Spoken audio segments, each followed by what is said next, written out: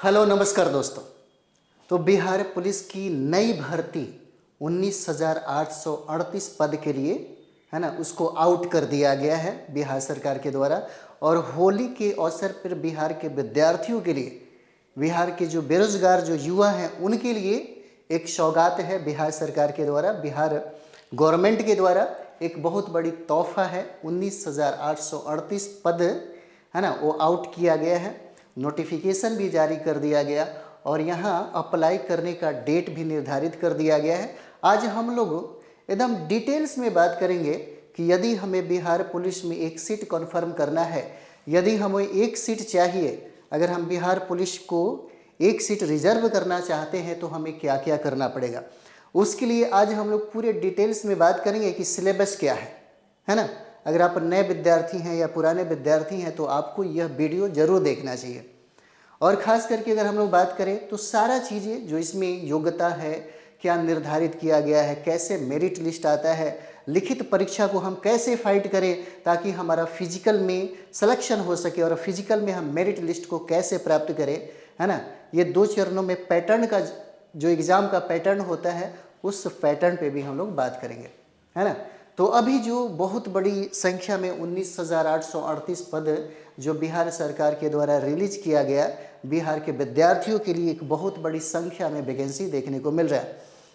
तो वैकेंसी तो आपको बहुत सारा आएगा ही आएगा, क्योंकि आप देख रहे हैं बिहार सरकार बहुत ही एक्टिव है और ख़ास करके बिहार के युवाओं के लिए तो बहुत बड़ी सौगात का ही काम कर रहा है।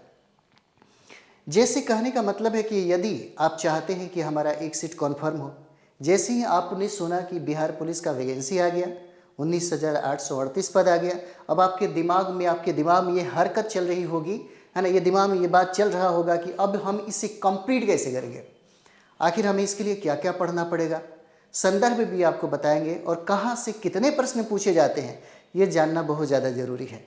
अगर इसको हम समझ जाते हैं तो हमारे लिए, है ना, देखिए बिहार पुलिस का जो सिलेबस है बहुत ही ज़्यादा है, बहुत ही भयानक और कहें तो बहुत ही बड़ा है ना। बट ये समझना होगा कि हमको पढ़ना क्या है, यही समझना मुश्किल है, नहीं तो बहुत सारा मटेरियल लोग खरीद लेते हैं और पढ़ते रहते हैं, है ना। तो चलिए सबसे पहले हम लोग बात करते हैं, है ना, कि बिहार पुलिस अगर कंप्लीट करना है, देखिए कम उम्र में अगर आपको सरकारी नौकरी हो जाए तो जीवन के हर इच्छा पूरा कर सकते हैं। प्लस पॉइंट ये है, सरकारी नौकरी का बेनिफिट ये है, सरकारी नौकरी का फ़ायदा ये है कि यदि आपको कम समय में, जैसे आप देखते होंगे बिहार पुलिस के लिए न्यूनतम उम्र का निर्धारण और अधिकतम उम्र का निर्धारण किया गया है।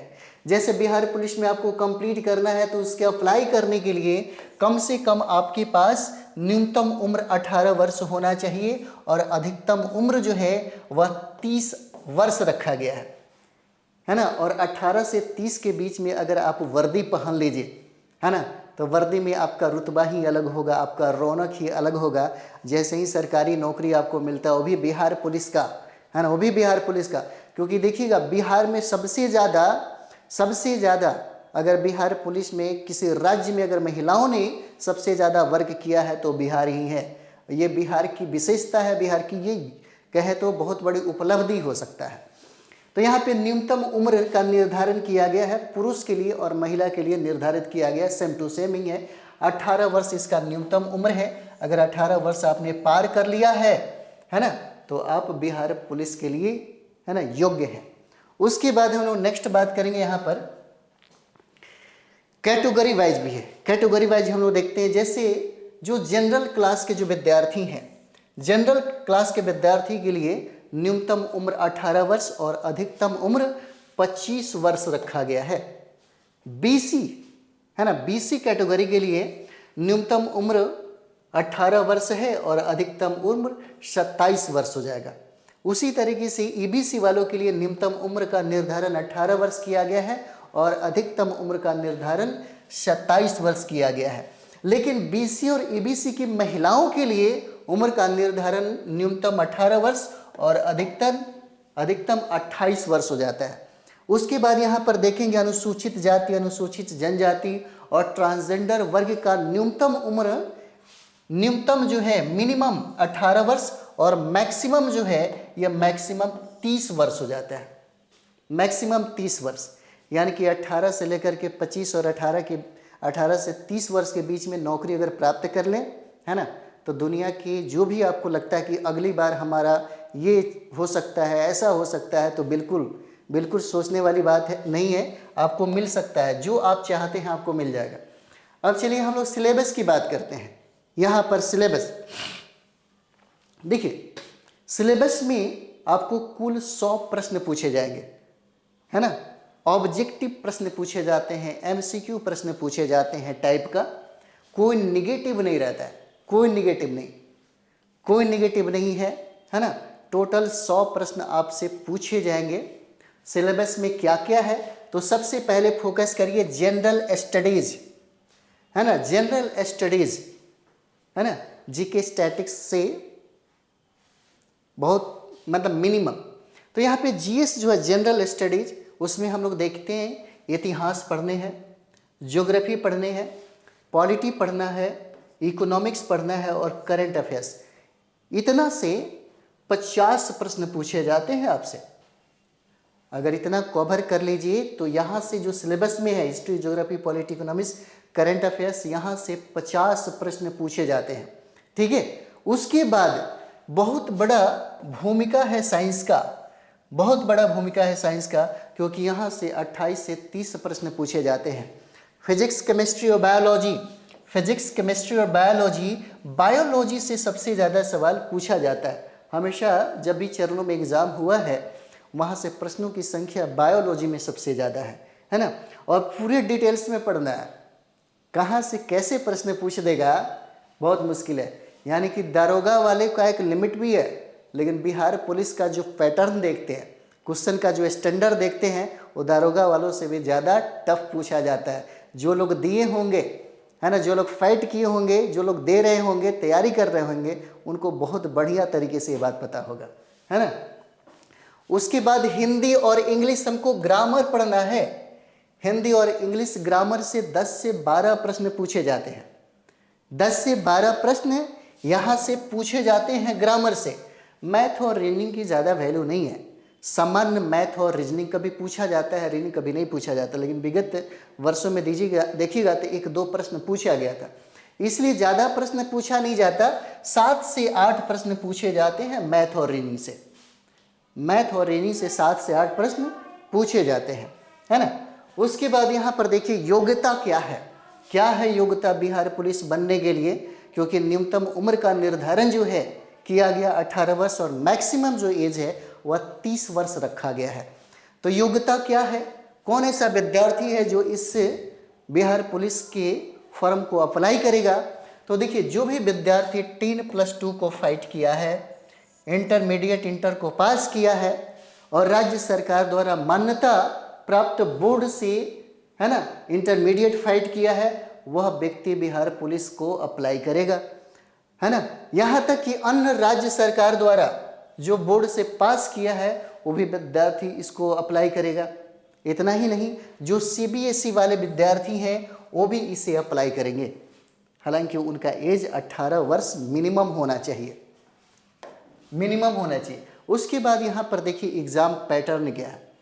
तो एग्ज़ाम पैटर्न यहाँ पर पहला जो चरण में आपका एग्ज़ाम होगा वह पहला चरण होता है ना, लिखित परीक्षा का। लिखित परीक्षा का एग्ज़ाम होता है जिसमें 100 प्रश्न पूछे जाते हैं और ऑब्जेक्टिव टाइप का प्रश्न पूछे जाते हैं, एमसीक्यू टाइप का प्रश्न पूछे जाते हैं, है ना। यदि आप इस लिखित परीक्षा में पास करिएगा तब जाकर के आपको शारीरिक दक्षता परीक्षा देने का मौका मिलेगा, है ना। और सबसे बड़ी बात क्या है, रिजल्ट जो है आपका, यानी कि बिहार पुलिस का जो रिजल्ट दिया जाता है सीट के, है ना, 5 गुना रिजल्ट आते हैं। सीट का 5 गुना रिजल्ट दिया जाता है। अगर 19,838 पद है तो गुने 5 कर दीजिए, इतना ही रिजल्ट आपको दिया जाएगा। इसी में आपको शामिल होना है और इसी में, है ना, इसी 5 गुना में ही आपको अपने आप को रखना है। और इस तरीके से तैयारी करिए ताकि आपका सिलेक्शन, है ना, इसमें हो जाए। और बहुत बड़ी बात नहीं है, बस पढ़ने का तरीका पता होना चाहिए, पढ़ने का ये जानकारी होना चाहिए कि हमको पढ़ना क्या है। बहुत ज़्यादा ज़रूरी है, पढ़ना क्या है, क्योंकि बिहार पुलिस में अथाह इसका सिलेबस है, सिलेबस एकदम डिटेल्स में कोई भी कुछ नहीं बता पाएगा, है ना। इसीलिए पैटर्न जो है, यानी कि विगत वर्षों में जो बिहार पुलिस का एग्ज़ाम हुआ है उसको पहले पेपर का एक बार मूल्यांकन करिए, बातें समझ में आ जाएगी, है ना। उसके बाद यहाँ पर देखिए, जैसे ही आप लिखित परीक्षा को फाइट करते हैं, आपका सिलेक्शन होता है, तो फिर आपको शारीरिक दक्षता के लिए बुलाया जाता है।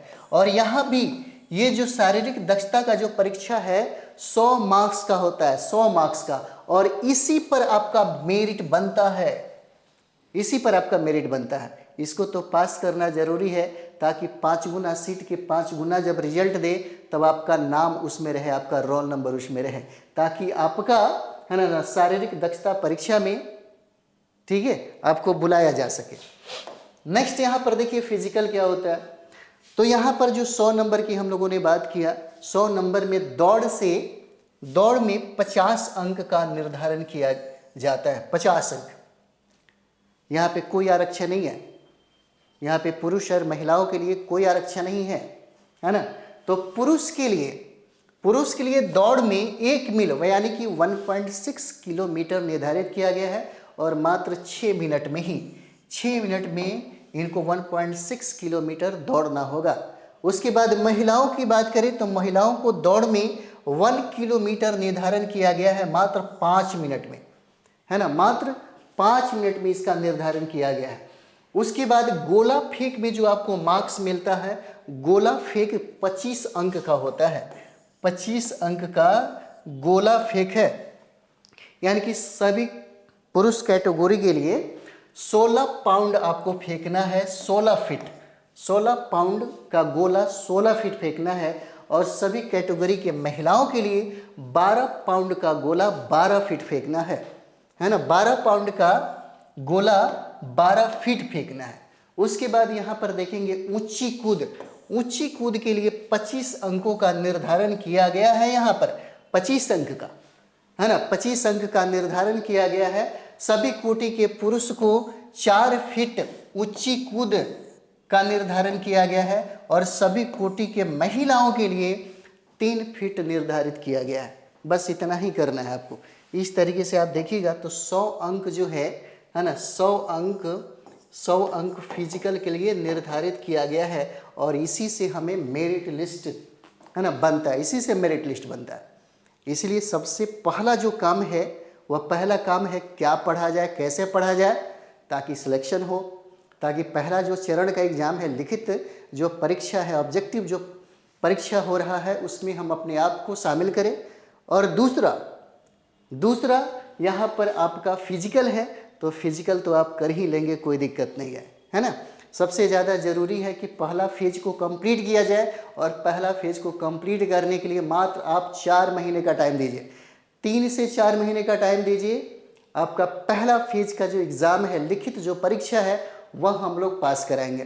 बहुत बड़ी बात नहीं है, टेंशन नहीं लीजिए, दिमाग पे ज़्यादा प्रेशर नहीं लीजिए, बस पढ़ने के लिए तैयार हो जाइए, बस पढ़ने के लिए तैयार रहिए। और कम से कम 6 से 7 घंटा बैठ करके, है ना, 8 से जितना भी आपको लगता है कि हम दे सकते हैं 6 से 7 घंटा, उतना देने के लिए आप तैयार रहिए। आप अपने टारगेट पे फोकस करिए, सेल्फ स्टडी पे फोकस करिए, है ना, और एक सीट कॉन्फर्म करिए। बहुत बड़ी बात नहीं है, बहुत कम उम्र में आप नौकरी ले सकते हैं। अगर आप चाहते हैं कि एक सीट कॉन्फर्म करें, तो आप जो चाहिएगा वही मिलेगा। अगर आपको लगता है कि हमको नौकरी चाहिए, तो नौकरी के लिए पढ़ना पड़ेगा, है ना, नौकरी के लिए मेहनत करना पड़ेगा। नौकरी अभी बहुत बड़ी बात है, और ये मत सोचिए कि नौकरी नहीं मिलता, पढ़ने वालों को नौकरी मिलता है, हार्डवर्क करने वालों को, स्मार्ट वर्क करने वालों को नौकरी मिलता है। बस पढ़ने का ललक जुनून होना चाहिए, और आप लोगों में एनर्जी की कमी नहीं है, लबालब एनर्जी भरा हुआ है ना। बस सिर्फ डायरेक्शन की कमी है, डायरेक्शन हम आपको देंगे, आप पढ़िए, फिर देखिए एक सीट आपका कन्फर्म होगा। चलिए हम लोग मिलते हैं नेक्स्ट वीडियो में। Thank you very much.